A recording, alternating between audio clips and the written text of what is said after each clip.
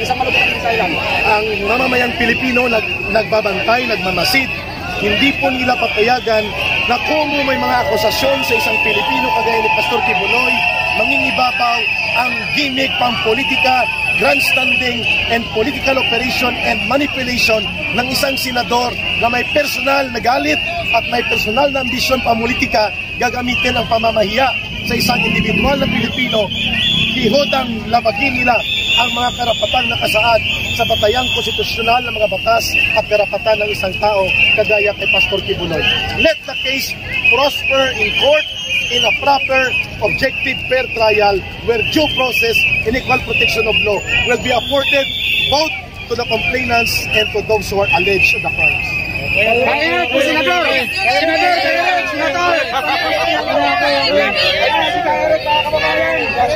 Ano masasabi mo sa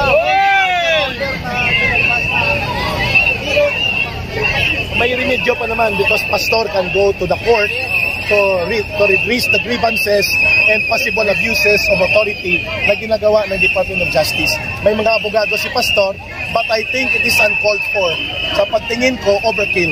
Napabalita ka sa PTV4 kagabi yung whole departure order para sa tingin ko, overkill. Yeah. At sa tingin ko, antayin na lang nila sana ang korte ang mag-decide kung talagang very strong ang evidence of guilt against pastor. Eric, may tanong lang po ako kasi binayaran daw po, Eric. Binayaran daw po yung mga dumalo sa rally kagabi. Ano masasabi niyo po? Ang ganito ba na nagpuyat ng 2 araw? Nagpa-viral po kasi ngayon. 2 gabi. Nakita ko yung video. Parang minikapan yung tao at in-interview at pinasuot ng puti na damit. Alam natin na ito ay special political psyop operations. Alam natin na pinupunduhan. Sir, masasabi niyo po sa mga gumagawa ng ganun, sir? Manahimik sila, antayin nila ang tamang pagrespeto sa mga karapatan at wag nilang gamitin ang pagkakataon nito na para pagkapirahan. Ang ganito mga taktika ay luma na. Yan ay mga tinatawag na black and dirty PR operation funded by whose interest. Kung sinong gustong sirain si pastor, sirain ang SMNI at ang pagkakaisa ng mamamayan, intrigahin nila. Yun ang may interest dyan.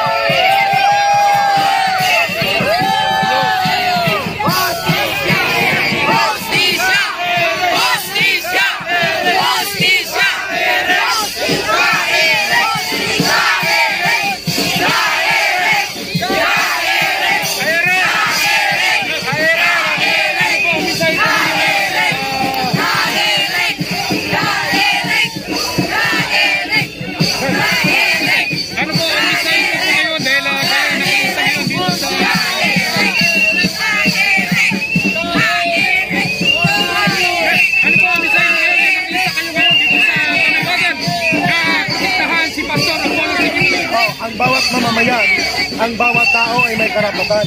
Si Pastor Kibuloy ay isang Pilipino na nagmamahal ng ating bansa.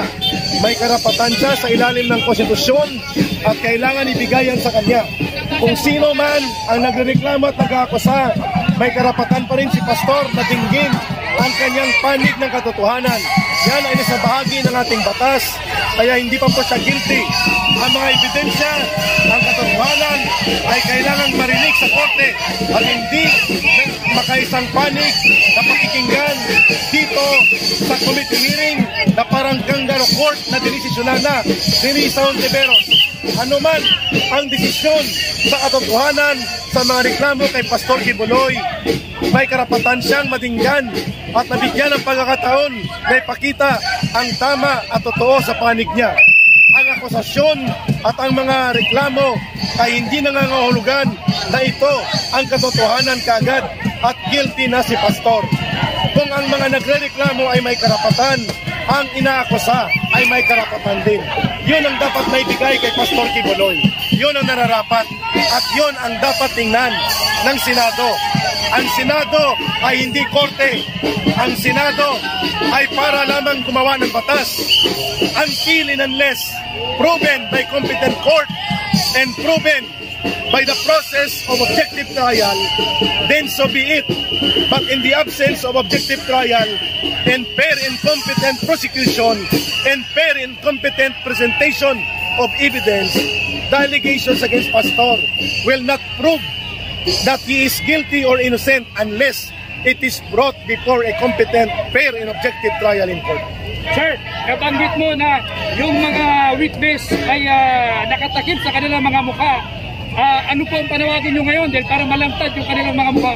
Ilantad nila ang kanilang mukha, huwag matakot, huwag lumabas na parang ito ay ginigimik lamang. Ihayag nila ang katotohanan sa kanilang reklamo at bigyan ng sustansya ang kanilang mga reklamo. Pangalawa, bigyan ng pagkakataon na ang kanilang mga binabanggit ay mailahad at mabigyan ng suportang ebidensya sa fair, patas at makatotohonang trial. Hindi ang prejudge na parang sindikato na uri ng paghuhusga at paghahatol ng isang senador lamang dyan sa Committee de Cangaro ni Risa Hontiveros. Sir, umpisa pa lang po ito. Umpisa pa lamang ito sapagkat kapag nilabag mo ang karapatan ng mga tao sa ating bansa, inaabuso mo ang iyong kapangyarihan at ginagamit mo para sa political grandstanding, persecution, and abuse of authority at nawawala ang espiritu o diwa ng proteksyon ng fair and due process, may problema tayo sa mga namumuno at mga senador ng ating bayan. Sir, Eric, yung testigo ngayon na ini-interview ni Risa Hontiveros na sa Amerika naka-online, kapaniwala po. Yun ang problema. Kung si Pastor hindi nila bibigyan ng pagkakataon na mag-online kasi pag lumabas yan, sigurado, i-hold nila at aarestuhin ng walang due process. Kaya naintindihan natin ang side ni Pastor. Yung sa Amerika, ba't hindi nila pinauwi? Napakalaki ng pondo dito. Papuntahin nila dito at ibigay ang buong testimonya at katotohanan sa tamang proseso ng korte at pagdinig. Pagkatapos po yung hearing, maglalabas daw ng warrant of arrest laban kay Pastor si Hontiveros para ma-arrest. Ang pipirma ng warrant of arrest ay ang Senate President. Noon pa man, wala pa man ang hearing na ito, matagal nang pinag-iinitan ni Risa Hontiveros si Pastor. Ang ginagamit niya ngayon ng oportunidad na ito para sa kanyang political grandstanding at political operation para ipahiya si Pastor. I am not a member of Kingdom of Jesus Christ. I am not a member of the religious community of Pastor Quiboloy. But because he is a Filipino also, ang mga nagrereklamo at mga nagtitistigo may mga karapatan. Ang nirereklamo may mga karapatan. Yun ang dapat igarantiya ng Senado ni Risa Hontiveros. Dalhin sa tamang proseso, bigyan ng competent fair trial si Pastor at ang bawat Pilipino, equal protection of law and due process, and let the court decide kung tama o hindi ang mga akusasyon. Pagkatapos po sir na hearing, anong plano ng SMNI at anong plano mo kay Eric? Ang plano natin ay tuloy-tuloy ang paghahayag at paglalantad ng mga abusong ginagawa sa kapangyarihan at tayo ay maninindigan na dapat ang mga batayang karapatan sa due process, equal protection of law, and fair trial ay dapat ginagarantiya at hindi ginagawa lamang na pamamaraan para magkaroon ng personal political vendetta against a person targeted for political operation the way Risa Hontiveros right now is doing her attacks using her power in the Senate against Pastor Quiboloy. maraming salamat, sir. Maraming salamat, sir. Eric, Anong batayan po ng Senado para maglabas sila ng warrant of arrest? of course, sinasabi ni Risa Hontiveros procedural. Sinasabi niya ito ay within the contempt power and authority of procedure of the Senate. That can be technically true, but that does not mean it is in accordance to due process ng batas. Sapagkat bago pa man mangyari ang hearing na ito, alam na natin na may pre-judgment, may pre-conclusion at minunuto na niya ang kanyang pananaw ayon sa kanyang mga biases. Samantalang dapat malaman ni Risa Hontiveros na ang batayang karapatan sa due process of law, equal protection of law, and fair trial ay mga batayang karapatan na hindi ginagamit ang Senado para labagin ito at ipahiya ang mga individual na tao na inaakusahan. Let her bring the case in court and provide lawyers. Otherwise, ang mangyayari din, kangaroo committee hearing ang nangyayari at ginagamit ang poder ng Kongreso para labagin ang mga fundamental na karapatan ng mga individual na Pilipino kagaya ni Pastor Kibuloy na hindi naman kalaban ng bayan natin. May limit pa ba para mapigilan itong balak ng Senado mamaya na mag-issue ng warrant of arrest? Tingnan natin kung ang Senado will remain insensitive sa dami ng boses ng mamamayang Pilipino at mga taga-kapanalig at sumasuporta din sa karapatan ni Pastor. Even ako, hindi ako miyembro ng Kingdom of Jesus Christ, neither I am part of the congregation of Church of Pastor Kibuloy, pero bilang Pilipino at bilang bahagi ng tamang proseso ng batas, the due process and equal protection of law, more than anything, anybody else, iyan dapat ay alam, ginagarantiyahan at pinaninindigan ng bawat opisyal ng gobyerno, lalo na kapag ikaw ay senador ng Republika ng Pilipinas.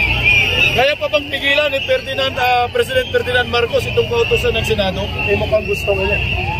The way he delivers the message, the President seems to be interested to see Pastor suffer the persecution instead of standing for fair and objective decision as a President. Hinayaan niya ang pagigipit at panunupil ng Kongreso at hindi man lang niya sila kinakausap.